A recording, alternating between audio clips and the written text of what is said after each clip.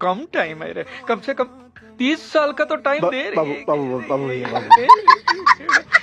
नमस्कार साथियों, उम्मीद है आप शानदार जिंदाबाद जबरदस्त होंगे और अपनी पढ़ाई पूरे मनोयोग से कर रहे होंगे। आइए अपनी महत्वपूर्ण श्रृंखला को आगे बढ़ाते हुए इसमें हम टेस्ट नंबर 4 को सॉल्व करेंगे। काफ़ी बेहतरीन प्रश्नों का संकलन है जो आपके एग्जाम की दृष्टि से काफ़ी महत्वपूर्ण भी है ना। तो चलिए स्टार्ट करते हैं पहले प्रश्न से। पहला प्रश्न क्या करा है? पहला प्रश्न करा है कि जब परिभाषा, सूची, उदाहरण की शुरुआत दिखानी हो तो इनमें से किस विराम चिन्ह का प्रयोग उपयुक्त है। जब परिभाषा, सूची, उदाहरण की शुरुआत दिखानी हो तो इनमें से किस विराम चिन्ह का प्रयोग उपयुक्त है। तो आपको विराम चिन्ह पता होगा, कौन कौन से विराम चिन्ह होते हैं बताइए। तो देखिए, एक विराम चिन्ह होता है अल्प, बोलेंगे अल्प विराम। तो अल्प विराम का चिन्ह कैसा होता है? ऐसा होता है जो किस लिए प्रयोग किया जाता है? थोड़ी देर ठहराव के लिए प्रयोग किया जाता है। थोड़ी देर ठहराव के लिए प्रयोग किया जाता है, ठीक है। एक होता है अर्धविराम। अर्धविराम देखिए कैसा होता है? तो जो अर्धविराम होता है यह वाक्यों को कहते हुए बीच में थोड़ा सा विराम लेने के लिए, वाक्यों को कहते हुए बीच में थोड़ा सा विराम लेने के लिए। एक होता है आपका पूर्ण विराम, आप देख सकते हैं वाक्य के अंत में रुकने के लिए लगता है। एक होता है आपका उपविराम। जो उपविराम होता है जब किसी कथन को अलग दिखाना हो तो वहाँ पे उपविराम का यूज होता है। किसका यूज होता है? उपविराम का यूज होता है। देखिए, एक होता है प्रश्नवाचक चिन्ह। जो प्रश्नवाचक चिन्ह होता है जहाँ कि प्रश्नवाचक वाक्य हो वहाँ पे प्रश्नवाचक चिन्ह का यूज होता है। एक होता है आपका योजक चिन्ह। योजक चिन्ह यानी कि जैसे विपरीत अर्थ रखने वाले शब्दों को जोड़ने के लिए योजक चिन्ह का यूज किया जाता है। रात दिन हो गया, पाप पुण्य हो गया, ऐसी चीज़ें है ना। एक होता है कोष्टक चिन्ह, एक होता है उदाहरण चिन्ह। उदाहरण चिन्ह आप देख सकते हैं जब कोई वाक्य ज्यों का त्यों लिखा जाता है वहाँ पे ये डबल इन्वर्टेड कामा और सिंगल इन्वर्टेड कामा का यूज होता है। जैसे तुम मुझे खून दो मैं तुम्हें आज़ादी दूंगा, ये कथन टाइप का है, ठीक है। एक होता है विस्मयादि बोधक चिन्ह। तो विस्मयादि बोधक चिन्ह आप देख सकते हैं जब लेखक हर्ष, शोक, नफरत, विस्मय, ग्लानि आदि भावों का बोध कराए वहाँ पे विस्मयादि बोधक का यूज होता है। एक होता है लाघव चिन्ह। लाघव चिन्ह किसको बोलेंगे? तो जो लाघव चिन्ह होता है वो वाक्य का संक्षिप्त रूप लिखने के लिए होता है, जैसे कृपया पृष्ठ उलटिए, है ना, ऐसे चीज़। एक होता है निर्देशन चिन्ह। तो निर्देशन आप पता ही होगा कैसे लिए होता है। निर्देशन जो है आपका विषय संबंधी प्रत्येक शीर्षक के आगे या फिर उदाहरण के पश्चात यूज होता है निर्देशन चिन्ह, है ना। एक होता है आपका विवरण चिन्ह। विवरण चिन्ह आप देख सकते हैं ऐसे होता है, ठीक है। वाक्य के आगे कई वाक्य के जो आगे होता है वहाँ पे कई क्रम में जो है कई बातें लिखने के लिए। एक होता है त्रुटि बोधक। त्रुटि बोधक यानी कि बीच में कोई चीज़ अगर छूट गया तो वहाँ पे ऐसे लगा के, ठीक है, कोई वाक्यांश या शब्द लिख सकते हैं बीच में। एक होता है पदलोप चिन्ह। तो पदलोप चिन्ह मतलब वाक्य में जब कुछ अंश छोड़ कर लिखना हो तो वहाँ पे पदलोप चिन्ह का यूज होता है। एक होता है आपका रेखांकन चिन्ह। जो रेखांकन चिन्ह होता है किसी वाक्य में महत्वपूर्ण शब्द, पद, वाक्य चिन्हित करने के लिए रेखांकन चिन्ह का यूज होता है। जैसे गोदान को अगर आप नीचे अंडरलाइन कर दिए तो हो जाएगा रेखांकन चिन्ह। एक होता है पुनरुक्ति सूचक चिन्ह। जो पुनरुक्ति सूचक चिन्ह होता है देखिए ध्यान से देखिएगा, ऊपर लिखे किसी वाक्य को दोबारा न लिखने के लिए वहाँ पे पुनरुक्ति चिन्ह होता है। जैसे मैं प्रथम आया, मेरा भाई भी, है ना, याद रखिएगा। अगला देखिए, मतलब डबल इन्वर्टेड कामा, मतलब कामा लगा देंगे ऐसे। दीर्घ उच्चारण चिन्ह। दीर्घ उच्चारण चिन्ह जब किसी शब्द के विशेष के उच्चारण में अन्य शब्द की अपेक्षा अधिक समय लगे वहाँ पे दीर्घ उच्चारण चिन्ह का यूज होता है। तो बताइए इसका आंसर क्या हो जाएगा? इसका आंसर हो जाएगा जब किसी परिभाषा, सूची, उदाहरण की शुरुआत दिखानी हो तो इसमें कौन सा यूज होगा? इसमें होगा option number D. Option number D. देखिए आगे क्या कह रहा है, देखिए हिंदी लेखन परंपरा में विवरण चिन्ह के रूप में इसका यूज किया जाता है जब किसी पद के बाद उसकी व्याख्या, परिभाषा, सूची या आगे उदाहरण आदि दिए गए हैं। देखिए तीन चिन्ह तो हम आपको बता चुके हैं, सारे चिन्ह बता चुके हैं। एक होता है अल्प विराम, एक होता है अर्धविराम और एक होता है पूर्ण विराम। चलिए अगला प्रश्न बताइए। अगला प्रश्न कर रहा है कि हिंदी का वह विराम चिन्ह कौन सा है जो भारतीय परंपरा का है। तो भारतीय परंपरा का है आपका पूर्ण विराम हो जाएगा। भारतीय परंपरा का चिन्ह कौन सा है? आपका पूर्ण विराम हो जाएगा। विज्ञान जो है यह वरदान है या अभिशाप। तो ये जो चिन्ह है यहाँ पे जो दिख रहा है इस वाक्य में कौन सा चिन्ह हो जाए मतलब का यूज किया गया है? इसमें जो है उपविराम का यूज किया गया है, ठीक है। किसी कथन को शब्दशः यानी सेम टू सेम लिखने के लिए कौन से चिन्ह का प्रयोग किया जाता है? तो आपका वही उद्धरण चिन्ह या फिर अवतरण चिन्ह यूज किया जाता है। विस्मय, आश्चर्य के अंत में कौन सा चिन्ह लगता है? तो आपने उसमें विस्मयादि बोधक चिन्ह लगता है। और वाक्य में छोटे ठहराव सूची के पद से अलग करने हेतु कौन सा चिन्ह का प्रयोग किया जाता है? अल्प विराम का यूज किया जाता है, ठीक है। चलिए अगला प्रश्न क्या कर रहा है? अगला प्रश्न कर रहा है कन्नड़ भाषा का संबंध किस परिवार से है? कन्नड़ भाषा का संबंध किस परिवार से है? तो देखिए भारत में कई प्रकार की भाषाएं होती हैं, मतलब कई प्रकार की भाषा परिवार होता है। एक होता है आपका इंडो आर्यन भाषा परिवार, एक होता है द्रविड़ भाषा परिवार, एक होता है मुंड्रा भाषा परिवार जिसको बोलते हैं भाषा परिवार, एक होता है चीनी तिब्बती चीन भाषा परिवार, है ना, जिसमें बोडो, डोगरो, मिजो, लेप्चा ये सब प्रकार की बोलियां पाई जाती हैं। तो कह रहा है कन्नड़ भाषा का संबंध किस परिवार से है भाई साहब? तो ये आपका हो जाएगा द्रविड़ भाषा परिवार से। किससे हो जाएगा? द्रविड़ भाषा परिवार से। द्रविड़ भाषा परिवार की मुख्यतः कौन कौन सी बोलियां होती हैं बताइए? तो जो द्रविड़ परिवार भाषा की मुख्यतः बोलियां होती हैं, एक होता है उसको बोलेंगे तमिल, है ना, एक होता है तमिल, और कौन सा होगा? एक होता है आपका तेलुगु, एक होता है तेलुगु, एक होता है आपका मलयालम, एक होता है मलयालम, एक होता है कन्नड़। क्या हो जाएगा? कन्नड़, है ना। एक हो जाएगा क्या हो जाएगा? कन्नड़। कन्नड़ कहाँ का हो जाएगा? कन्नड़ आपका कर्नाटक का हो जाएगा। कन्नड़ कहाँ का हो जाएगा? कन्नड़ आपका कर्नाटक का हो जाएगा, याद रखिएगा, ठीक है। तो देखिए कन्नड़ भाषा का संबंध द्रविड़ परिवार से है, द्रविड़ भाषा परिवार से। द्रविड़ भाषा परिवार के मुख्यतः प्रमुख 4 भाषाएं, एक आपका तमिल, तेलुगु, मलयालम, कन्नड़। कन्नड़ भाषा को कर्नाटक राज्य की राजभाषा का दर्जा प्राप्त है। भारतीय संविधान की 8वीं अनुसूची में जो है कन्नड़ भाषा सम्मिलित है। कौन सी भाषा सम्मिलित है? कन्नड़ भाषा सम्मिलित है। चलिए अगला प्रश्न बताइए। अगला प्रश्न कह रहा है कि भारत में द्रविड़ भाषा परिवार की कितनी बोलियाँ बोली जाती हैं? तो आपका इसमें जो है 17 बोलियाँ बोली जाती हैं, है ना। कुर्गी, केकाड़ी, बडारी और आदि जो भाषाएं होती हैं, यह इसकी जो है मातृभाषा कौन सी है? तो आपका यह जो है आपका द्रविड़ ही मातृभाषा है। ब्राह्वी, यह जो है भाषा जो है किस प्रकार की परिवार परिवार भाषा संबंधित? आपका यह भी आपका द्रविड़ ही हो जाएगा। द्रविड़ भाषा परिवार की भाषाओं में कौन सी भाषा शास्त्रीय भाषा का दर्जा प्राप्त है? तो उसमें हो जाएगा तमिल, तेलुगु, कन्नड़, मलयालम। तमिल, तेलुगु, कन्नड़, मलयालम, याद रखिएगा। और किसको जो है किस भाषा को तमिल की छोटी बहन कहा जाता है? तो आपको मलयालम भाषा को तमिल की छोटी बहन कहा जाता है, याद रखिएगा। चलिए अगला प्रश्न क्या कर रहा है? अगला प्रश्न कर रहा है कि किस बोली को उकार बहुला बोली माना जाता है? किस बोली को उकार बहुला बोली माना जाता है? ये प्रश्न बताइए। तो आपका माना जाएगा अवधी। अवधी कहाँ बोला जाता है? अपने उत्तर भारत, है ना। इसमें बोला जाता है जैसे आपका प्रयागराज हो गया, लखनऊ हो गया, ये सब चीज़ें, ये सब प्रश्न हम आपको पिछले पार्ट में करा चुके हैं, ये सब याद रखिएगा, ठीक है। तो किस बोली को उकार बहुला बोली बोला जाता है? आपका अवधि को। देखिए भाषा शास्त्री कृष्ण दत्त वाजपेयी ने ब्रज का इतिहास में विभिन्न जातियों की जो भाषा होती है उस पर अध्ययन किया। उन्होंने उल्लेख किया कि क्या उल्लेख किया? उन्होंने उल्लेख किया कि जो अहीरों की भाषा में उकार बहुलता पाई जाती है। क्या पाई जाती है? उकार बहुलता पाई जाती है। अहीरों की भाषा में उकार बहुलता पाई जाती है।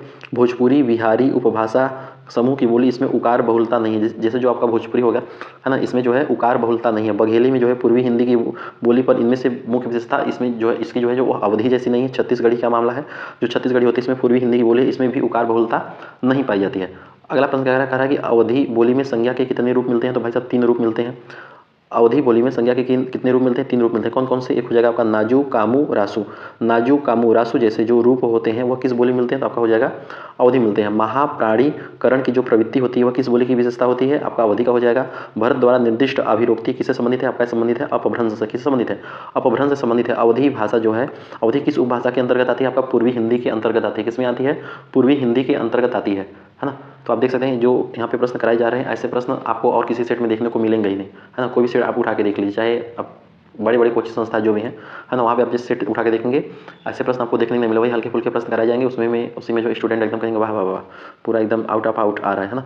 तो असली प्रश्न यहाँ पे है, ठीक है। बाकी और सब प्रश्न इजी ऐसा नहीं है कि बस कठिन कठिन ही आएगा, है ना। पेपर जो होता है वो 3 लेवल में बनता है, इजी, मॉडरेट और हार्ड, ठीक है। तो ये जो प्रश्न यहाँ पे आपको कराए जा रहे हैं, ये प्रश्न अगर आप कर लेंगे ना, तो यही प्रश्न अगर आप वहाँ पे सही करेंगे तो आपका ये सब प्रश्न रैंक निर्धारित करेगा ना। आप रैंक वाइज में मतलब आपके रैंक को ऊपर करेगा, ठीक है। तो याद रखिएगा। तो भाई साहब डरना नहीं है, कंप्लीट कर लेना। ज़्यादा नहीं, बस 10-15 प्रैक्टिस सेट कराएंगे, बस इससे ज़्यादा नहीं कराएंगे ही नहीं, है ना। ज़्यादा कराने क्या मतलब है? बस यही 10-15 प्रैक्टिस सेट को आप रिवीजन करिए, बार बार रिवीजन करिए, 3 बार 4 बार 5 बार रिवीजन करिए, कम से कम 5 बार अगर रिवीजन कर लिए तब मुझे कमेंट करिए कि हाँ भाई साहब 5 बार रिवीजन हम कर चुके हैं, अब बताइए हम क्या करना है, ठीक है। अब कुछ अच्छा प्रैक्टिस सेट लाइए तब लाएंगे, बाकी बस इतना ही प्रैक्टिस कराएंगे, इससे ज़्यादा कराएंगे नहीं, है ना। क्योंकि अब ज़्यादा आप लोगों का सपोर्ट भी नहीं मिल रहा है ना। और कम से कम हम जो टारगेट रखे थे कि हाँ इतना टारगेट लाइक होगा, इतना टारगेट वो सब होगा, तो वो सब अब क्या बोलो, सब अच्छा भी नहीं लगता है, खुद से आपको करने का मन ही नहीं करता है, तो क्या बोलूँ, ठीक है। तो अपना काम जो मुझे लग रहा है उतना करते रहें, बाकी आप जानिए और आपकी पढ़ाई और आपकी सैली जाने, ठीक है।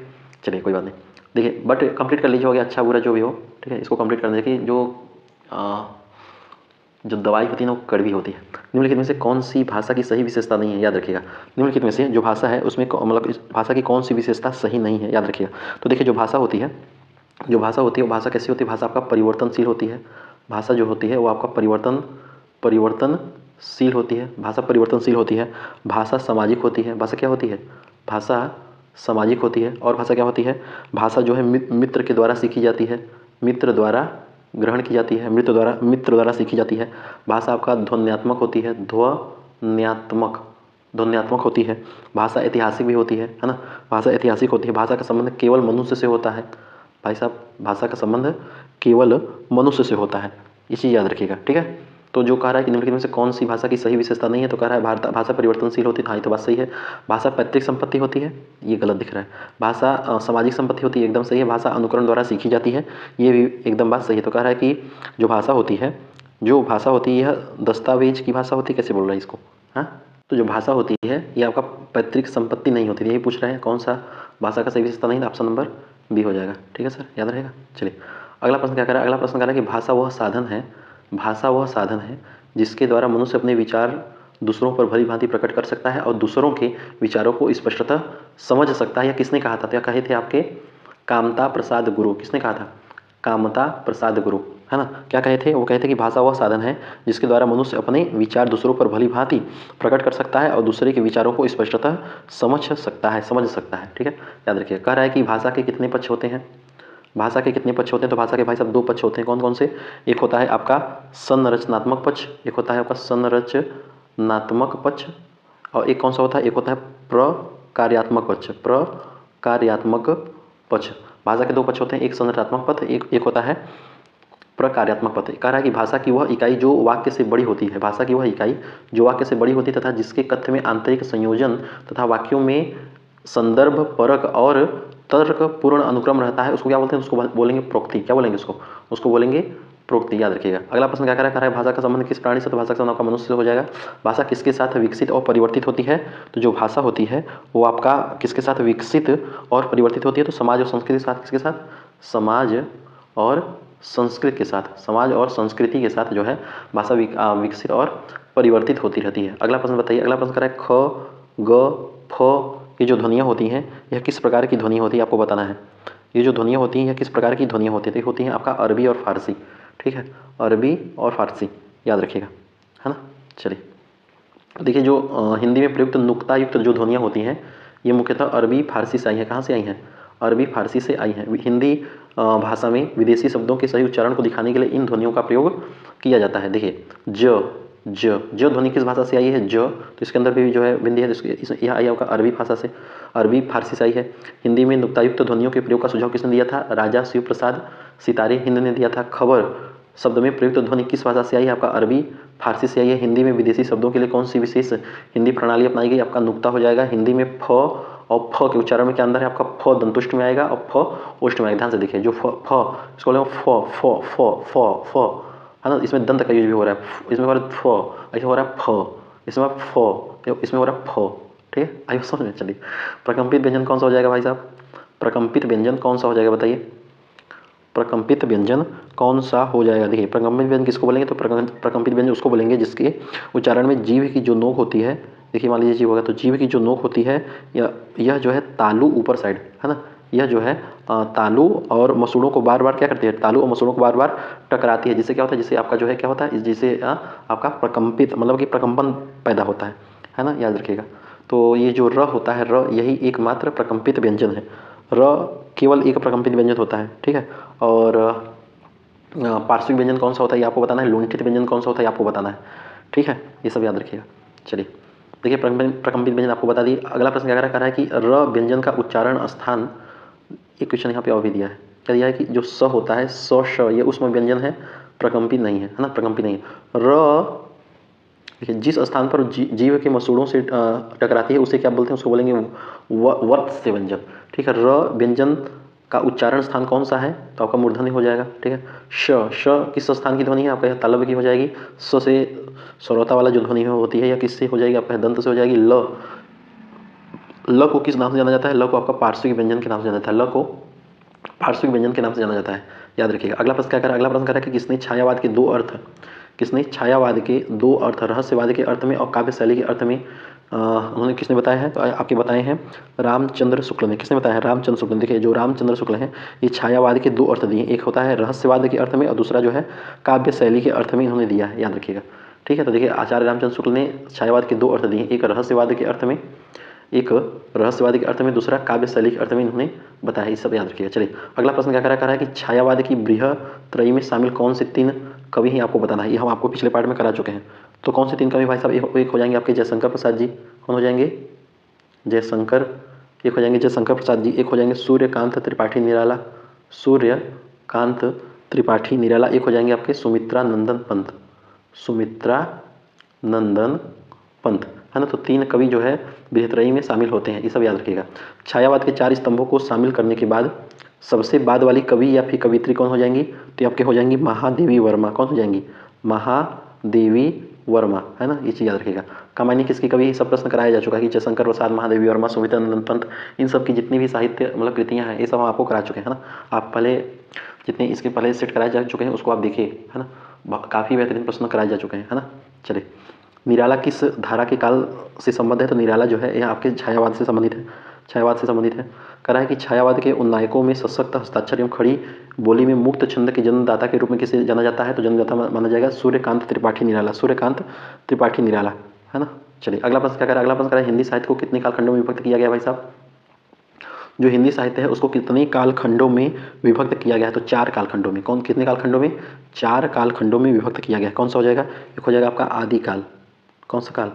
आदिकाल, ठीक है। आदिकाल को क्या बोलेंगे? आदिकाल को बोलेंगे वीर गाथा काल, है ना, वीर गाथा काल। एक होता है आपका भक्ति काल, भक्ति काल एक हो जाएगा आदिकाल, एक हो जाएगा भक्ति काल, 2 हो गया। एक होता है आपका रीति काल। कौन सा हो जाएगा? रीति काल, ठीक है, रीति काल। और एक आपका लास्ट कौन सा हो जाएगा? लास्ट हो जाएगा आपका आधुनिक काल, आधुनिक काल। तो हिंदी जो साहित्य है उनको 4 कालखंडों में विभक्त किया गया है। कौन कौन सा?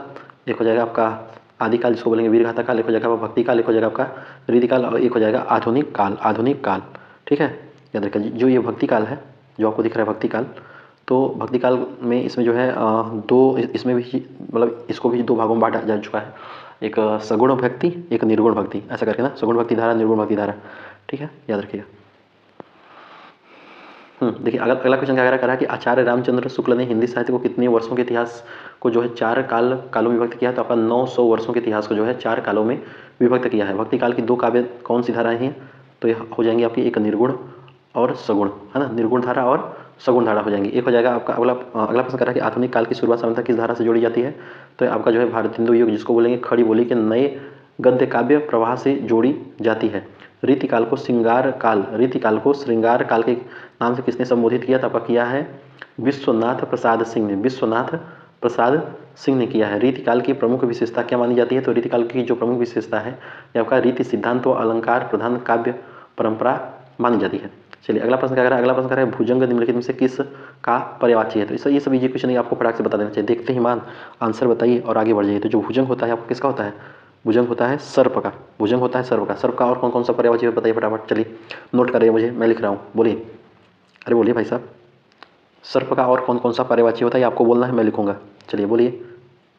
भुजंग, वाह गुरु, भुजंग तो लिखा ही है, ठीक है। सर्प ये भी तो लिखा है, ठीक है। और कौन सा हो जाएगा? अब मैं बता रहा हूँ, नोट करिए। अही, अही एक होता है उरग, उरग एक होता है आपका फन, फन बोले तो फड़ी, है ना, फड़ी, नाग। तो ये सब जो होते हैं ये आपके सर्प के पर्यायवाची होते हैं, ठीक है, याद रहेगा। चलिए अच्छा सिंह का बताइए आप। चलिए आप सांप का नहीं बता सके, भुजंग का नहीं बता पाए, सिंह का बताइए। तो सिंह के होते हैं, एक होता है हरि, आप कहेंगे हैं ये कैसा? हाँ भाई साहब हरि भी होता है। मृगराज, मृग राज, मृग राज, केसरी, केसरी, है ना, ये सब जो होते हैं ये आपके सिंह के पर्यायवाची होते हैं। किसके होते हैं? सिंह के पर्यायवाची होते हैं। मृग के पर्यायवाची कौन से होते हैं? मृग के बताइए, मृग के।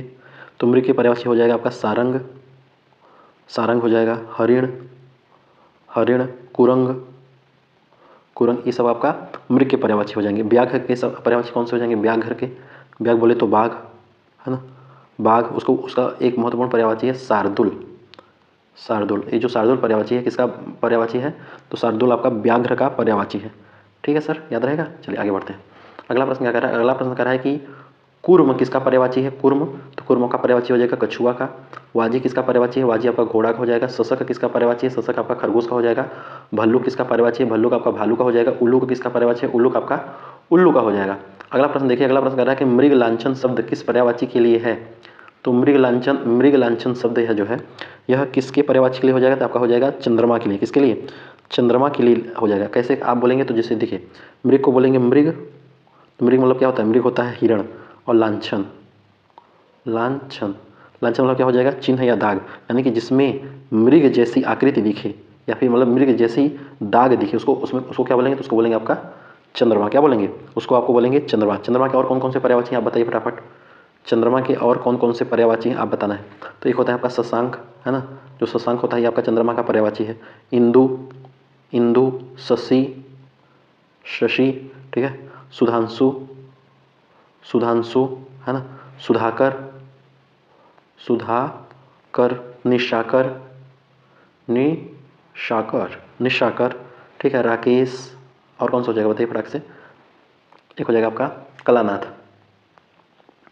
कलानाथ, ये आपके किसी पर्यायवाची हो जाएंगे, ये पर्यायवाची हो जाएंगे आपके चंद्रमा के, है ना, चंद्रमा के। चलिए सूर्य के पर्यायवाची बताइए फटाफट, चलिए सूर्य का बताइए फटाफट। ठीक है, सूर्य का क्या होगा? सूर्य का आपका हो जाएगा दिवाकर, है ना, दिवाकर। और कौन सा हो जाएगा? भास्कर, भास्कर। और क्या हो जाएगा? दिनकर, है ना, दिनकर, भानु। तो काफ़ी सारे जो पर्यायवाची हैं सूर्य के भी होते हैं, है ना। वायु के पर्यायवाची कौन कौन से होंगे बताइए? वायु के पर्यायवाची कौन कौन से होंगे? वायु के पर्यायवाची कौन कौन से होंगे? तो वायु हो जाएंगे आपका अनिल, है ना, अनिल, कैसा बोल रहा है, अनिल, अनिल, पवन, मारुत, मारुत, मारुत नंदन कौन होता है? मारुत नंदन किसको बोलेंगे? हनुमान जी, है ना। चलिए अगला प्रश्न देखिए, अगला प्रश्न क्या कर रहा है कि हुतासन किसका पर्यायवाची है?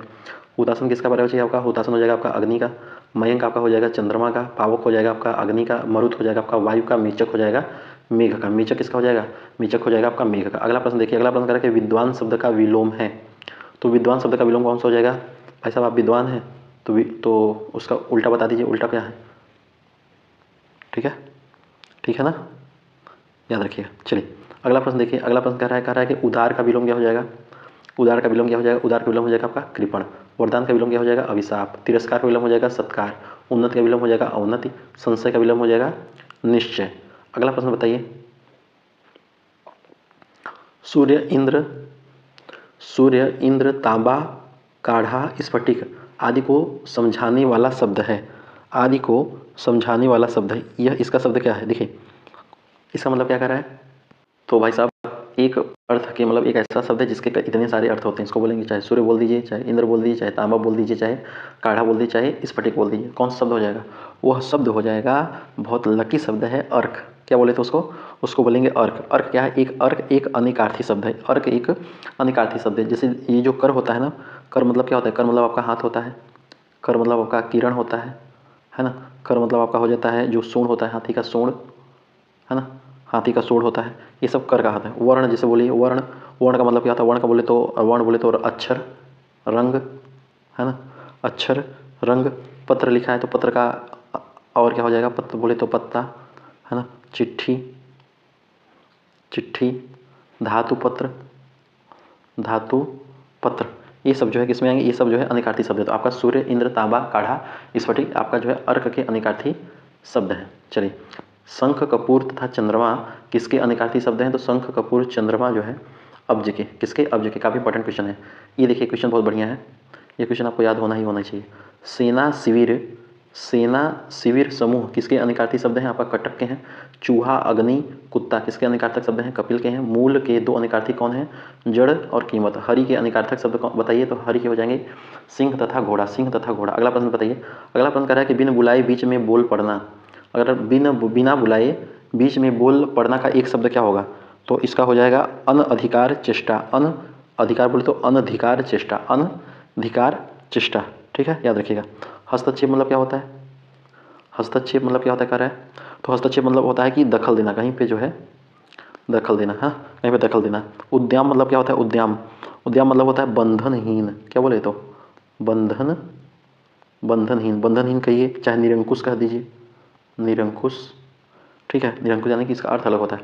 अवांछित मतलब क्या होता है बताइए? अवांछित मतलब जो चाहा ना गया हो, चाहा है तुझको, अरे मतलब यार जो चाहा ना गया हो। ठीक है, चलिए अवांछित, तो इसका आंसर हो जाएगा अनधिकार चेष्टा। अनधिकार चेष्टा जहाँ अधिकार न हो वहाँ दखल देना या हस्तक्षेप करना, अर्थात बिना बुलाए बीच में बोल पड़ना। हस्तक्षेप मतलब दखल करना, अवांछित मतलब जो चाहना गया, उद्यम मतलब बंधन ही, निरंकुश इसका अर्थ अलग होता है। अगला प्रश्न देखिए, अगला प्रश्न कह रहा है कि दूसरों के कार्य में दखल देना का एक शब्द क्या हो जाएगा? तो दूसरे कार्य में दखल देना आपका हो जाएगा हस्तक्षेप। बिन बुलाए आ जाना जिसको बोलेंगे अनाहूत, मेहमान है, अनाहूत। ठीक है, जहाँ अधिकार न हो वहाँ प्रवेश के लिए क्या बोलेंगे? अनधिकार प्रवेश। बार बार टोकने के लिए एक शब्द हो जाएगा विघ्न डालना या फिर अति चेष्टा। नियमों के विरुद्ध आचरण के लिए एक शब्द क्या हो जाएगा? अवैध और गैर कानूनी। अगला प्रश्न कह रहा है निम्नलिखित में से विकल्प में शुद्ध वाक्य पहचानिए। आपको शुद्ध वाक्य एकदम पहचानना है। ठीक है, देखिए गड़बड़ाइएगा नहीं। तो भाई साहब इसका आंसर क्या हो जाएगा? बहुत ध्यान से देखिएगा, एकदम ध्यान से। ठीक है, देखिए कह रहा है कि बच्चों के समूह आ रहा है। बच्चों के समूह आ रहा है मतलब बच्चों के समूह क्या होता है? बच्चों का समूह होता है, ये गलत हो जाएगा, है ना। ये क्या हो जाएगा? ये आपका गलत हो जाएगा। कह रहा है सभी छात्राएं उपस्थित हैं, सही लग रहा है। मुझे मालूम नहीं है, यहाँ पे देखिए अनुस्वार दे दिया है में, तो ये भी गलत हो जा रहा है क्योंकि जो मालूम है एक वचन में आ जाएगा। ठीक है, ऐसे दोनों पुस्तकें बहुत भारी है, दोनों पुस्तकें बहुत भारी है नहीं होगा, दोनों पुस्तकें बहुत भारी हैं, अनुस्वार यूज होगा, तो ये भी गलत हो जाएगा। कौन सा सही हो रहा है? Option number B. ठीक है, चलिए अगला प्रश्न देखिए। अगला प्रश्न कह रहा है निम्नलिखित में से अशुद्ध वर्तनी चुनिए। अशुद्ध वर्तनी कौन सा हो जाएगा? ज्योत्सना, ये एकदम सही है। श्रृंगार, श्रृंगार सही है, ये भी सही है ना, सही लिख रहा है, क्योंकि कहीं कहीं श्रृंगार तो ऐसा लिखा होता है। बताइए कौन सा सही है, आपको बताना है। ठीक है, ये सही है कि ये सही है? श्रृंखला, ये तो श्रृंखला तो एकदम सीधा सीधा गलत दिख रहा है। निःशुल्क ये सही है, इसमें ऑप्शन सी के मान के चलेंगे। ठीक है, इसको आपको बताना है कौन सा इसमें सही है, बताइए। चलिए बहुत एक टास्क आपके लिए है ना। चलिए देखिए कह रहा है 46 का शुद्ध वर्तनी क्या हो जाएगा, तो 46 का शुद्ध वर्तनी आपका 46 हो जाएगा, बड़ा ली होगा इसमें है ना। त्र्यंबक, त्रियंबक, त्र्यंबक तथा त्र्यंबक में शुद्ध वर्तनी कौन हो जाएगा आपका? त्र्यंबक। समसया, सया, शोधन तथा भक्ति में से शुद्ध वर्तनी वाला शब्द कौन सा हो जाएगा? शक्ति हो जाएगा। कर, कपूर, कर, एक ऐसा, तो इसमें कौन सा हो जाएगा कपूर वाले मामले में? तो इसमें हो जाएगा कर्पूर, ये सही है। दायित्व की शुद्ध वर्तनी हो जाएगी दायित्व, है ना। चलिए अगला प्रश्न करा है कि हिंदी भाषा की मानक लिपि कौन सी है भाई साहब? हिंदी भाषा की मानक लिपि कौन सी है? तो आपका हो जाएगा देवनागरी लिपि। देवनागरी लिपि, देखिए जो देवनागरी लिपि है इसका विकास क्रम रूप से हुआ ना, क्रमिक वाइज हुआ है। सबसे पहले कौन सी लिपि आती है? सबसे पहले आती है आपका वही ब्राह्मी लिपि, है ना। सबसे पहले ब्राह्मी लिपि, ब्राह्मी लिपि के बाद आपका है गुप्त, गुप्त के बाद आता है आपका कुटिल, कुटिल और कुटिल के बाद आपका आ जाता है नागरी। ठीक है, ये चीज़ याद रखिएगा। देखिए क्या कह रहा है कि संविधान में जो हिंदी है उसको संघ की राष्ट्रभाषा नहीं राजभाषा, याद रखिएगा यहाँ पे राजभाषा, और देवनागरी को उसकी लिपि के रूप में मान्यता दी गई है। ये प्रश्न बताइए कह रहा है कि विष्णुप्रिया, विष्णुप्रिया, हाँ अब देखिए सही दिखेगा, विष्णुप्रिया मणिपुरी भाषा वर्तमान में किस लिपि में लिखी जाती है? बंगाली असमिया लिपि में लिखी जाती है। देवनागरी लिपि में कुछ वर्णों के ऊपर रेखा नहीं होती, तो इसको क्या बोलेंगे? इसको बोलेंगे शिरोरेखा। माना है कि देवनागरी लिपि अवैज्ञानिक लिपि है आपका डॉक्टर सुनीति कुमार चटर्जी के माध्यम से। किस लिपि में वर्णमाला और वर्तनी में उस प्रकार का विभेद नहीं जैसा कि अन्य लिपियों में? आपका हो जाएगा देवनागरी लिपि। ग्रंथ लिपि का संबंध ब्राह्मी की दक्षिणी से है, यह कथन सत्य है असत्य? आपका हो जाएगा यह कथन एकदम सत्य है। चलिए निम्नलिखित में से किस पंक्ति में अत्युक्ति अलंकार है? अत्युक्ति अलंकार है, ये आपको बताना है। निम्नलिखित में से किस पंक्ति में अत्युक्ति अलंकार है? देखिए जो अत्युक्ति अलंकार किसको बोलेंगे, अगर आपसे आपको बता दें कि जो अत्युक्ति अलंकार है वह किसको बोलेंगे, तो जब वर्णन लोक सीमा से इतना बढ़ जाए कि असंभव प्रतीत हो, जो वर्णन हो इतना बढ़ा चढ़ा के बोल दे कि वह असंभव प्रतीत होने लगे। ठीक है, तो उसको बोलेंगे अत्युक्ति अलंकार, उसको बोलेंगे अत्युक्ति अलंकार। ठीक है, याद रखें क्या कह रहा है, वह इतना रोया, वह इतना रोया, इतना रोया, इतना रोया कि नदी बह निकली। बताइए, हद हो गई। अरे भाई साहब कितना रो दिया कि नदी निकल गई है। ठीक है तो ये चीज़ याद रखिएगा। बाकी उसके नयन कमल जैसे खिल उठे, तो जो नयन है वो कमल जैसे खिल रहे हैं। ठीक है, बालक शेर जैसा निर्भीक है, जो बालक है वो शेर जैसा है। तो इसमें कौन सा अलंकार हो रहा है? इसमें हो रहा है हमको लग रहा है मानवीकरण। कौन सा? मानवीकरण। ठीक है, याद रहेगा। चलिए अगला प्रश्न क्या कह रहा है कि लखन सकोप, लखन सकोप बचन जे बोले डगमगान महि दिग्गज डोले। लखन सकोप बचन जे बोले डगमगान महि दिग्गज डोले, इसमें कौन सा अलंकार हो जाएगा? इसमें भी आपका अत्युक्ति अलंकार हो जाएगा। जहाँ विशेष्य के साथ किसी विशेषण का सब साभिप्राय प्रयोग किया गया हो वहाँ पे कौन सा अलंकार हो जाएगा? वहाँ पर आपका परिकर अलंकार हो जाएगा। काशीपुरी की कुरीति बुरी जह देह दिए पुनि देह न पाई में कौन सा अलंकार हो जाएगा? इसमें जो है ब्याज स्तुति अलंकार हो जाएगा। भानुवंश राकेश कलंकों में कौन सा अलंकार हो जाएगा? इसमें हो जाएगा रूपक अलंकार। पवन गा रही थी गीत, इसमें कौन सा अलंकार हो जाएगा? इसमें हो जाएगा मानवीकरण, क्योंकि जो पवन है वो गीत गा रही है। समझ रहे हैं बात को? पवन बोले तो हवा। मन मंदिर में दीप जले राम नाम के, मन मंदिर में दीप जले राम नाम के, इनमें से कौन सा रस है? तो रस आपको बता चुके हैं 9 प्रकार के रस होते हैं। एक था 9वां रस था शांत रस, जिसको किसने रस की श्रेणी में नहीं रखा था, ये आपको बताना है, क्योंकि अगर आप रिवीजन किए होंगे तो आप जरूर बता लेंगे। पिछले पार्ट में हम करा चुके हैं। ठीक है, चलिए इसका आंसर बताइए। कह रहा है मन मंदिर में दीप जले राम नाम के। तो भाई साहब यहाँ पे क्या हो रही है? यहाँ पे भक्ति हो रही है ना, यहाँ पे भक्ति हो रही है। चलिए देखिए जो वीर रस होता है, 3 रस याद रखिए, एक होता है वीर रस, एक होता है आपका शांत रस और एक होता है आपका वात्सल्य रस। ठीक है, जो वीर रस होता है, जो वीर रस होता है उत्साह, उद्योग, पराक्रम, कठोर, ध्वन्यात्मकता। यहाँ पर आराधना, समर्पण, ये जो है पराक्रम, उद्घोष नहीं है, ठीक है। वैराग्य, उदासीनता प्रधान इसमें होगा, ठीक है। वात्सल्य में आपको माता संतान के कोमल स्नेह का आस्वाद होगा, और यहाँ पे प्रसन्नता भी नहीं, ठीक है। अगला प्रश्न कह रहा है, ये आपको याद रखना है। अगला कह रहा है कि रस सिद्धांत में विभाव, अनुभाव, व्याभिचारी भाव की संकल्पना किस ग्रंथ में प्रतिपादित है? आपका यह जो है भरत मुनि के नाट्यशास्त्र में, भरत मुनि के नाट्यशास्त्र में। अति रिस बोले बचन कठोरा, कहु जड़ जनक धनुष कै तोरा। इस पंक्तियों में कौन सा अलंकार, मतलब कौन सा रस इसमें हो जाएगा? रौद्र रस। अतिरिस बोले बचन कठोरा, कहु जड़ जनक धनुष कै तोरा। स्तंभ, स्वेद, रोमांच तथा स्वरभंग क्या है? आपका है सात्विक अनुभाव, सात्विक अनुभाव। करुण रस देवता के कौन है? तो करुण रस हो जाएंगे आपके यम है। पूर्व राग, मान, प्रवास तथा करुण किसके भेद हैं? आपके जो है वियोग, श्रृंगार के भेद हैं। तो ये सब प्रश्न आपको याद होना ही चाहिए, ठीक है। चलिए अब संधि बताइए। संधि हम आपको करवा चुके हैं बहुत अच्छे तरीके से, पूरी संधि कंप्लीट है ना। आप 2x स्पीड में जाके यहाँ पे देख सकते हैं, ठीक है। कम समय में अगर संधि देखना है 2x स्पीड करिए, और स्पीड में मतलब वैसे ऑलरेडी हमारा स्पीड ही रहता है, बट वहाँ पे हम स्लोप करके बताए हैं, तो वहाँ पे आप संधि कंप्लीट है ना, कर लीजिएगा। महोपदेश में कौन सी संधि है? महोपदेश में भाई साहब, तो देखिए महोपदेश बोले तो महा उपदेश, महा प्लस उपदेश। इसमें क्या आ रहा है? इसमें आ रहा है, इसमें क्या आ रहा है? हमें ऊ आ रहा है, आ ऊ मिल के बन रहा है, स्वर संधि बन रहा है, बोले तो गुड़ संधि है ना। कौन सा संधि हो रहा है इसमें? गुड़ स्वर, गुड़ स्वर, गुड़ स्वर, ठीक है। चलिए अगला प्रश्न क्या रखा है? सुरेंद्र में कौन सी संधि? तो सुरेंद्र में सूर्यधन इंद्र, बोले तो सुरेंद्र इसमें हो जाएगा, इसमें भी आपका गुड़ संधि हो जाएगा, है ना। दिव्यर्थ में कौन सी संधि हो जाएगी? दिव्यर्थ में आपका जो है यण स्वर संधि हो जाएगी, देवी प्लस अर्थ दिव्यर्थ। आज्ञा अनुसार में कौन सी संधि हो जाएगी? दीर्घ स्वर संधि, आज्ञा प्लस अनुसार, आज्ञा अनुसार। प्रत्युत्तर में कौन सी संधि हो जाएगी? यण स्वर संधि, प्रति प्लस उत्तर, प्रत्युत्तर। वधोत्सव में कौन सी संधि हो जाएगी? दीर्घ स्वर संधि, वधु प्लस उत्सव, वधोत्सव, ठीक है। चलिए कह रहा है कि साकेत के लिए दिए गए मंगला प्रसाद पारितोषिक को किस संस्था ने प्रदान किया था? तो साकेत के लिए जो है मंगला पारितोषिक जो है यह आपके किस संस्था ने प्रदान किया था?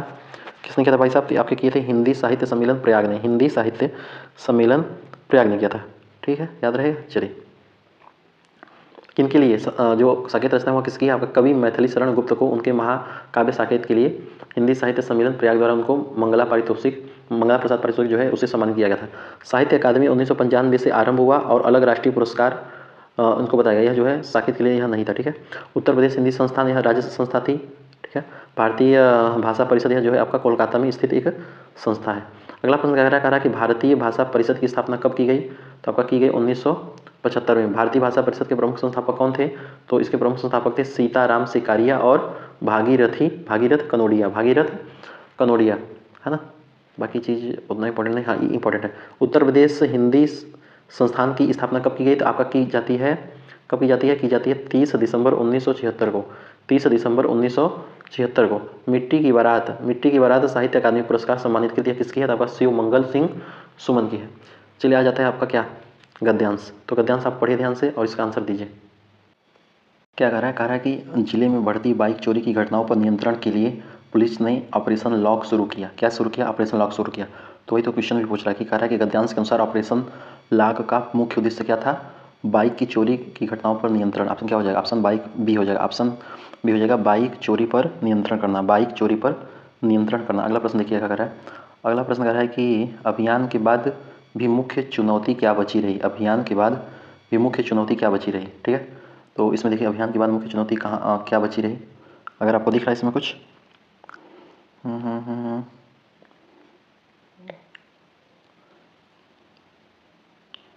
इधर देखिए। इसके बाद फिर रात के समय, ये तो वहाँ पे शुरू ऑपरेशन लॉक शुरू किया। रात के समय गश्त बढ़ाई गई, सीसीटीवी कैमरों की फीड रियल टाइम मॉनिटरिंग के रूप में जोड़ी गई। बाइक स्टैंड पर मालिकों के फील्ड लॉक लगाने की सलाह दी गई। पहले सप्ताह में संदिग्ध नंबर प्लेटों का सत्यापन हुआ। दूसरे सप्ताह में कई जगह डिकॉय ऑपरेशन चलाए गए।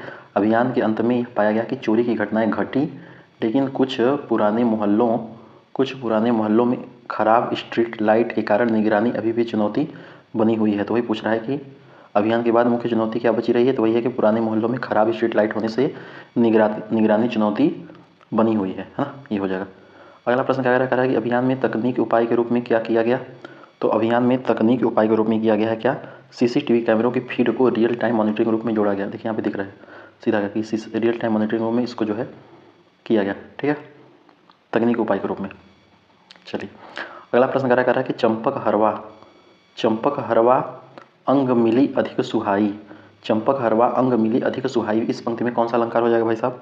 तो इस पंक्ति में हो जाएगा अनुगुण अलंकार। कौन सा अलंकार? अनुगुण अलंकार। अनुगुण अलंकार, अनुगुण अलंकार किसको बोलेंगे? अनुगुण अलंकार इसको बोलेंगे कि यदि किसी वस्तु का गुण वर्ण्य वस्तु के साथ मिलकर उसके प्रभाव को उत्कर्ष को प्राप्त होता है तो वह जो है अनुगुण उत्कर्ष को प्राप्त होता हुआ दिखाई देता है, उसको बोलेंगे अनुगुण अलंकार, है ना। उसको क्या बोलेंगे? अनुगुण अलंकार। उल्लेख अलंकार किसको बोलेंगे? उल्लेख अलंकार मतलब कि यदि किसी एक ही वस्तु को या फिर एक ही विषय को अनेक प्रकार से उल्लेख किया जाए वहाँ पे उल्लेख अलंकार होगा। विभावना अलंकार किसको बोलेंगे? विभावना अलंकार जहाँ पे कारण के बिना कोई कार्य हो रहा है वहाँ पे विभावना अलंकार होगा। रूपक अलंकार किसको बोलेंगे? तो रूपक अलंकार उपमान की एक रूपता, उपमेय उपमान की एक रूपता को बताए वहाँ पे रूपक अलंकार हो जाएगा, है ना। थोड़ी सी एनर्जी आज डाउन है बट कोई नहीं, आप चला लीजिएगा काम। आगे देखिए कह रहा है कि जहाँ पर सादृश्य के अधिक के कारण एक वस्तु दूसरी में मिल जाए वहाँ पे कौन सा अलंकार होता है? तो वहाँ पे मिलित अलंकार होता है। प्राची दिश शशि उगेव सुहाना, सी मुख सरिस देख सुख पावा, यहाँ पे कौन सा अलंकार होगा? यहाँ पे स्मरण अलंकार होगा। पूत कपूत तो कहाँ धन जुरिए, पूत कपूत तो कहाँ धन जुरिए, पूत सपूत तो कहाँ धन जुरिए और पूत कपूत तो कहाँ धन जुरिए, इसमें कौन सा अलंकार हो जाएगा? इसमें आपका लाटानुप्रास अलंकार हो जाएगा। बहुत खतरनाक अलंकार है। पूत सपूत तो कहाँ धन जुरिए, ठीक है। और अगर पूत कपूत तो फिर कहाँ धन जोड़िए, समझ रहे बात को? तो इसमें हो जाएगा लाटानुप्रास अलंकार। जहाँ एक उपमेय के संबंध में कई उपमान हो वहाँ कौन सा अलंकार होता है? तो वहाँ पे होता है मालोपमा अलंकार। मालोपमा अलंकार होता है। एकावली, सार तथा कारण माला क्या है? आपका है अलंकार है। क्या है यह अलंकार है ना। चलिए अगला प्रश्न कह रहा है कि निम्नलिखित से सुमेलित करिए।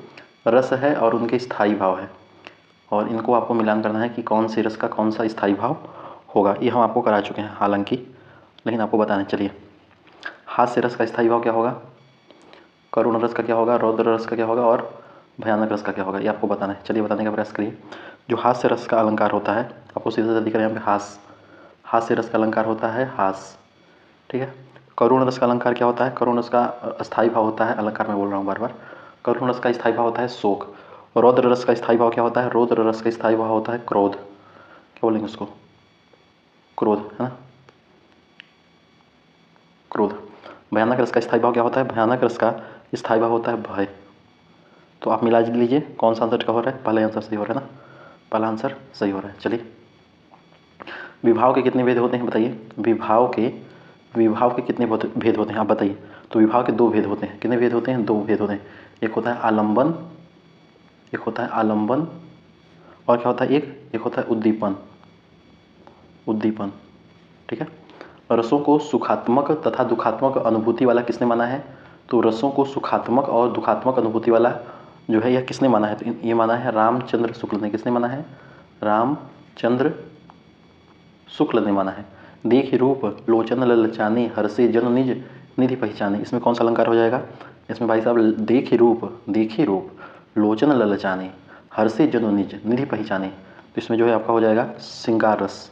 कौन सा हो जाएगा? श्रृंगार। अगर आप पूछले कौन सा श्रृंगार, तो हो जाएगा इसमें संयोग श्रृंगार, है ना, क्योंकि इसमें संयोग की भावना बता रही है, ठीक है।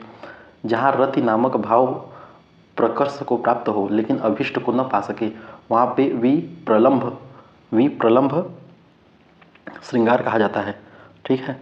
याद रखिए। यह किसने कहा? तो यह कहा आपके आचार्य भोज ने। किसने कहा? आचार्य भोज ने कहा। वीर रस के कितने भेद होते हैं? वीर रस के कितने भेद होते हैं? तो वीर रस के 4 भेद होते हैं। कौन कौन से? एक होता है युद्धवीर, ठीक है, एक होता है युद्धवीर, एक होता है दानवीर, है ना, एक होता है धर्मवीर और एक होता है दयावीर। तो वीर रस के 4 भेद होते हैं, युद्धवीर, दानवीर, धर्मवीर, दयावीर। चलिए अगला प्रश्न देखिए, कह रहा है कि कौन सा छंद 12 मात्रिक नहीं है?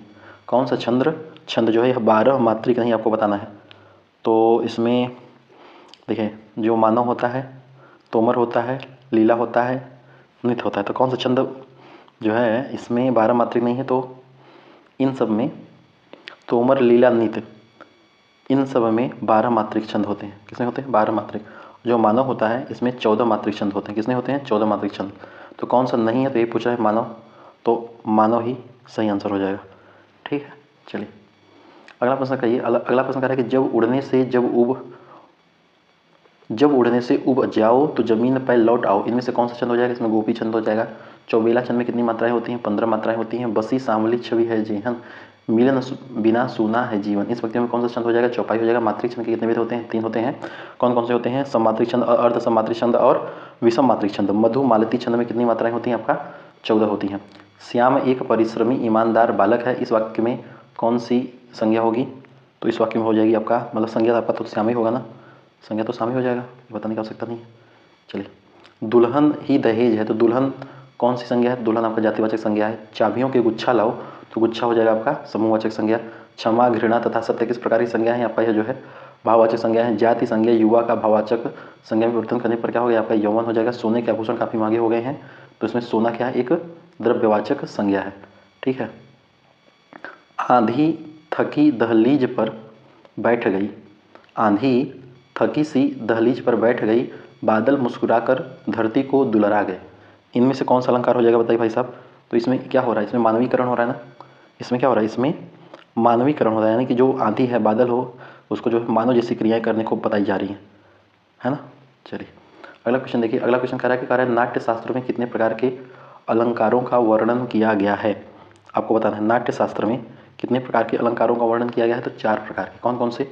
एक हो जाएगा आपका उपमा, एक हो जाएगा उपमा, एक हो जाएगा आपका रूपक, एक हो जाएगा रूपक, एक हो जाएगा दीपक, दीपक, और एक हो जाएगा आपका यमक। ठीक है। तो नाट्य शास्त्र में 4 प्रकार के अलंकारों का वर्णन किया गया है, उपमा, रूपक, दीपक, यमक। माया महा ठगनी हम जानी, इसमें कौन सा अलंकार है? इसमें सीधा सीधा दिख रहा है श्लेष अलंकार, है ना, श्लेष अलंकार। उपमा अलंकार में उप का अर्थ क्या होता है भाई साहब? तो उप मतलब होता है समीप, किसी के समीप में जाना। उप जैसे उपनयन होता है ना, उपनयन संस्कार नाम सुने ना, तो किसी के उप मतलब होता है समीप। ठीक है। जब सामान्य बात का विशेष बात से तथा विशेष बात का सामान्य बात से समर्थन किया जाए, तो वहाँ पे कौन सा अलंकार हो जाएगा? तो वहाँ पे हो जाएगा आपका अर्थांतरा न्यास अलंकार, अर्थांतर न्यास अलंकार, है ना। चलिए, अभेद तद्रूप किस अलंकार के भेद हैं? ये भेद हैं आपके रूपक अलंकार के। चलिए, अगला प्रश्न देखिए, कह रहा है कि निम्नलिखित में से केवल जो है संस्कृत के उपसर्गों का प्रयोग किसमें किया गया है? केवल संस्कृत के उपसर्गों का प्रयोग किसमें किया गया है, ये आपको बताना है ना। तो प्रहार, पराक्रम, निकम्मा। प्रहार में प्र जो है यह आपका संस्कृत का उपसर्ग है। पराक्रम में जो परा है अभी आपका संस्कृत का उपसर्ग है। लेकिन जो निकम्मा में नी है, ये संस्कृत का उपसर्ग नहीं है, आपका हिंदी का उपसर्ग है। ठीक है। तो ये आपका गलत हो जाएगा, तो आप ये भी गलत हो जाएगा। उपहार में जो ऊ है, उपहार, ये आपका संस्कृत का उपसर्ग है। प्रतिदिन में प्रति जो है आपका, यह भी संस्कृत का उपसर्ग है। लेकिन जो भरपेट में भर है, ये आपका हिंदी का उपसर्ग है। किसका उपसर्ग है? हिंदी का। तो ये भी गलत हो जाएगा, ये भी गलत, तो ये भी गलत। सुबोध, सुबोध की बात करते हैं, तो सु में सु का जो बोध है, सु है, वो आपका संस्कृत उपसर्ग है। वी जो है यह भी आपका संस्कृत का उपसर्ग है।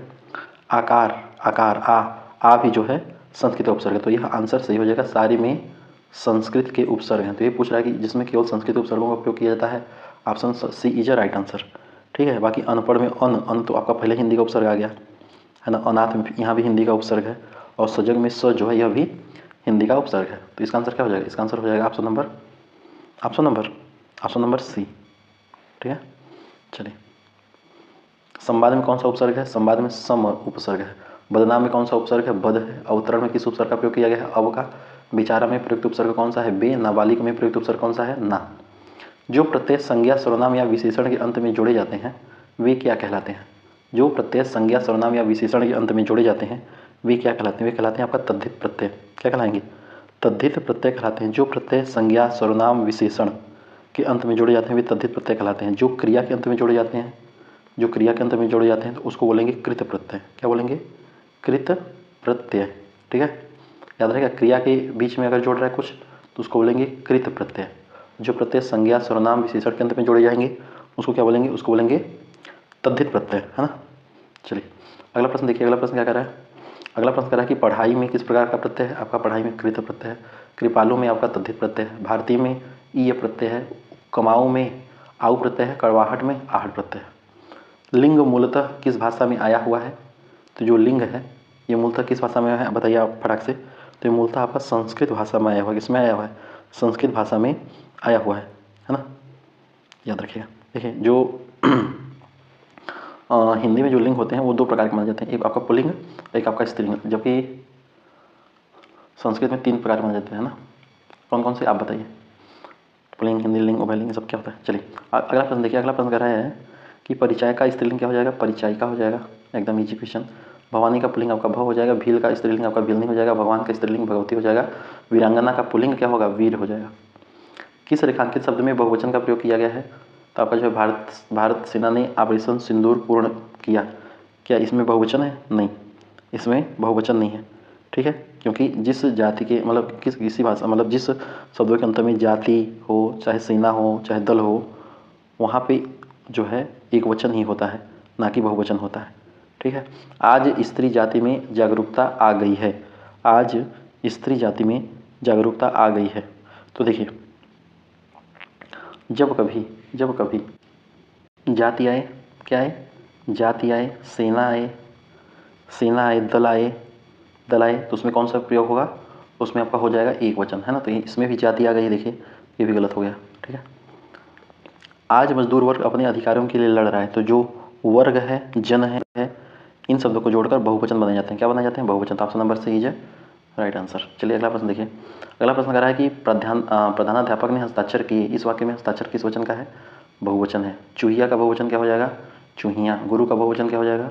गुरुजन। आजकल सोना महंगा हुआ है, तो सोना किस वचन का प्रतिनिधित्व करता है? एक वचन का करता है। चींटी का बहुवचन क्या हो जाएगा? चींटी का बहुवचन हो जाएगा चींटियाँ, चींटियाँ। असमर्थता का भाव प्रकट करने के लिए कर्ता कारक का बोध कराने के लिए किस परसर्ग का प्रयोग किया जाएगा भाई साहब? तो किसका किया जाएगा? आपको बताना है। असमर्थता का भाव प्रकट करने के लिए कर्ता कारक का बोध कराने के लिए किस परसर्ग का प्रयोग किया जाएगा? किसका किया जाएगा? आपका किया जाएगा से का। किसका किया जाएगा? से का किया जाएगा, ठीक है। चलिए जिन शब्दों के घृणा, द्वेष, भय, लज्जा आदि का बोध होता है, वहाँ पे कौन सा कारक प्रयोग किया जाता है? वहाँ पे किया जाता है अपादान कारक। कौन सा कारक? अपादान कारक का प्रयोग किया जाता है। सरोवर में पुष्प खिले हैं, यहाँ में जो है किस कारक के लिए प्रयुक्त हुआ है? तो ये जो में है ये आपका अधिकरण के लिए प्रयुक्त हुआ है। प्रधानमंत्री ने पुल का उद्घाटन किया, इनमें से वाक्य का कौन सा कारक है? तो इसमें वाक्य का जो है कर्ता कारक है, ठीक है। किस विभक्ति के बिना किसी भी कर्म कारक का प्रयोग हो सकता है?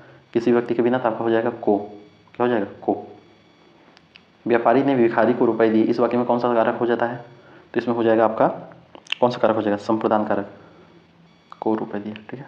कर्ता ने कर्म को करण से संप्रदान के लिए संप्रदान को, ये सब कारक आपको याद रखें। दिवोष्मा का संधि विच्छेद क्या होगा?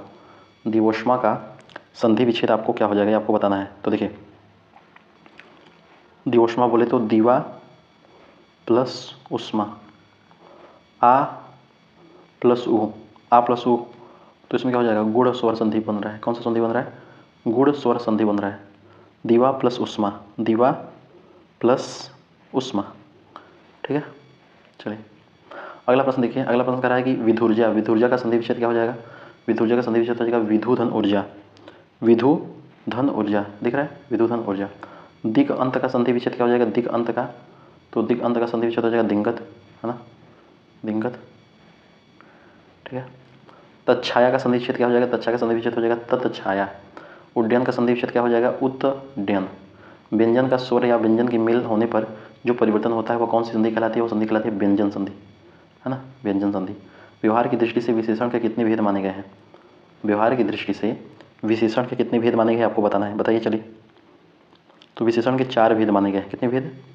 4 भेद माने गए। कौन कौन से? एक हो जाएगा आपका गुणवाचक विशेषण, एक हो जाएगा आपका संख्यावाचक विशेषण, है ना, एक हो जाएगा आपका परिमाणवाचक विशेषण, और एक हो जाएगा आपका सार्वनामिक विशेषण। कौन सा विशेषण? सार्वनामिक विशेषण हो जाएगा, जिसको बोलेंगे संकेतवाचक विशेषण, ये भी हो सकता है, ठीक है। जो ये परिमाणवाचक विशेषण होता है इसके भी 2 भेद होते हैं, एक अनिश्चित परिमाणवाचक और एक निश्चित परिमाणवाचक, ठीक है सर। तो व्यवहार की दृष्टि से विशेषण कितने भेद पाए जाते हैं? 4 भेद पाए जाते हैं। अगला प्रश्न देखिए, कह रहा है कि हिमालय पर्वत बहुत ऊंचा है। चलिए इसका आंसर आपको बताना है। हिमालय पर्वत बहुत ऊंचा है, इस वाक्य में ऊंचा क्या है बताइए? इस वाक्य में ऊंचा क्या है? ऊंचा क्या है? ऊंचा एक विशेषण है। ऊंचा क्या है? एक विशेषण है। कामता प्रसाद गुरु ने संख्यावाचक विशेषण के कितने भेद माने हैं? तो संख्यावाचक विशेषण के उन्होंने 3 भेद माने हैं। कितने भेद माने हैं? 3 भेद माने हैं। किस विशेषण को संकेतवाचक विशेषण भी कहते हैं बताइए? तो उसको सार्वनामिक को, जो सार्वनामिक है उसको संकेतवाचक विशेषण भी कहते हैं।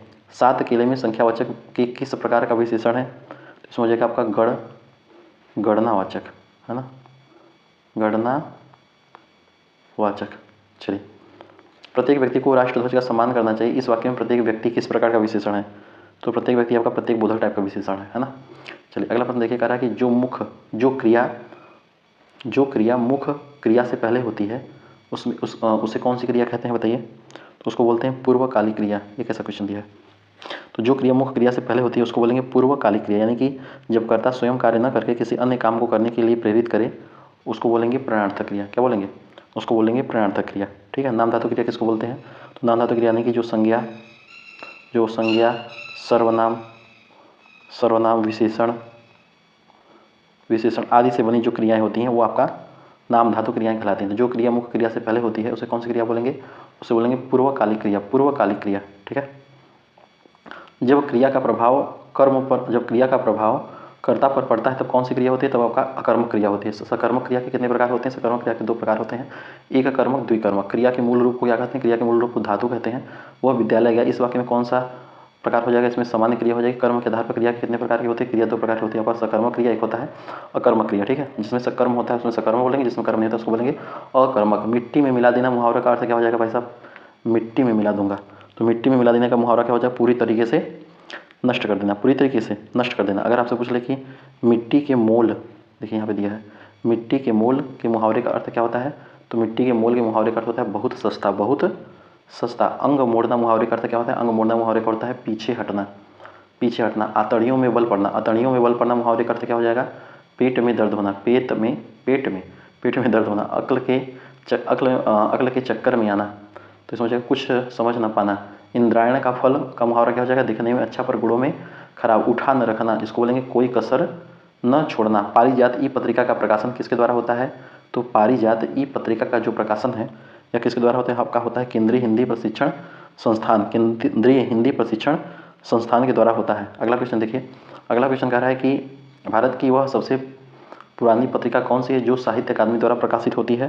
तो है आपका इंडियन लिटरेचर। क्या होती है?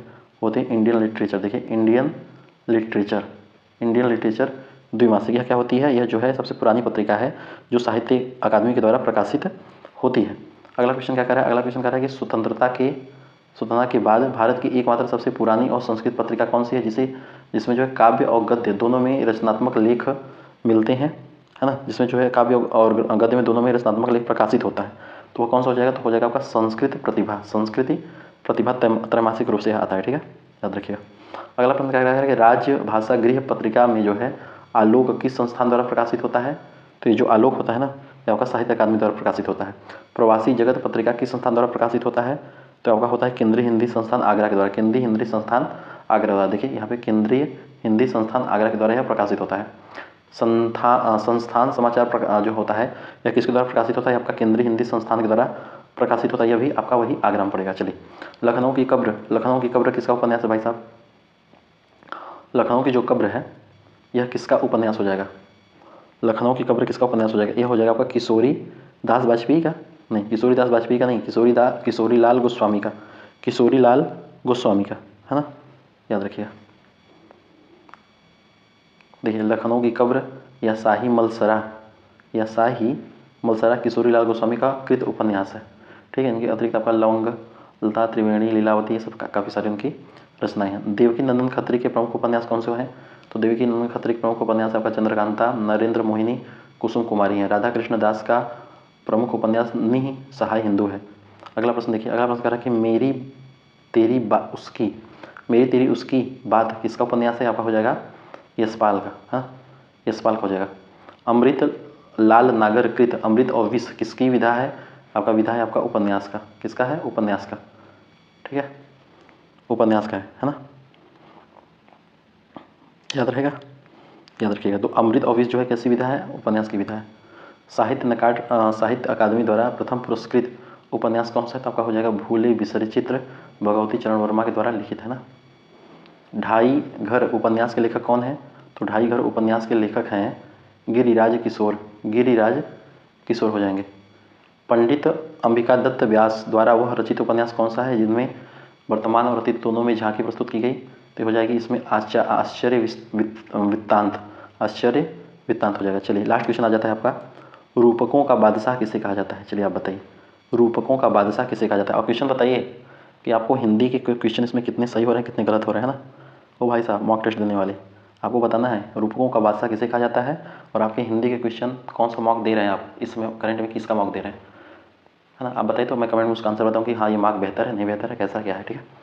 तो कृषकों का जो रूपों का जो बादशाह किसको कहा जाता है? यह आपको कहा जाता है तुलसीदास जी को। किसको कहेंगे? तुलसीदास जी को कहा जाता है, ठीक है। याद रहेगा, याद रखिएगा।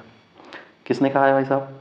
तो लाला भगवान दीन और बच्चन सिंह ने तुलसीदास को रूपकों का बादशाह कहा है। आचार्य रामचंद्र शुक्ल ने तुलसीदास को अनुप्रास का बादशाह कहा है। किसका कहा है? अनुप्रास का बादशाह कहा है।